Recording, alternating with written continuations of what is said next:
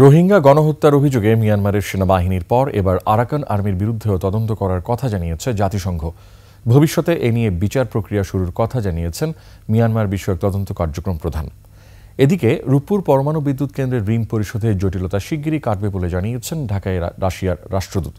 পররাষ্ট্র মন্ত্রণালয়ে উপদেষ্টার সঙ্গে দেখা করার পর এসব তথ্য জানান কূটনীতিকরা। আরও জানাচ্ছেন Akbar Hossain Suman.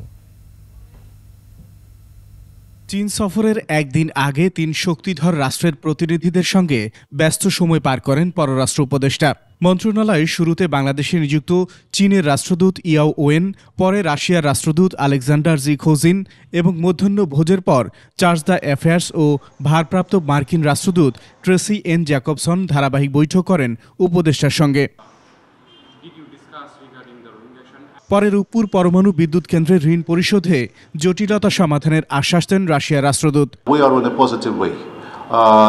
The sensitive issue is going to be discussed by the specialists and professionals.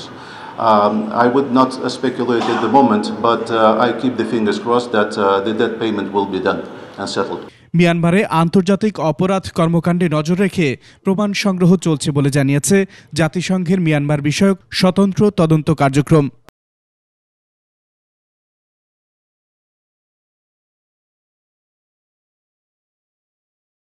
The Arakan Army, I can tell you that we have requested information from them about allegations of crimes, including crimes allegedly committed by the Arakan Army. They've told us they would respond, but we have not received a response, and we are awaiting that. We'll be sending more requests to them for more information. মধ্যাহ্ন ভোজের পর প্রায় ঘণ্টা দুয়েক পররাষ্ট্র উপদেষ্টার সঙ্গে বৈঠক করেন যুক্তরাষ্ট্রের ভারপ্রাপ্ত রাষ্ট্রদূত ট্রেসি এন জ্যাকবসন। তবে বৈঠকের বিষয়ে মুখ খোলেননি কেউই।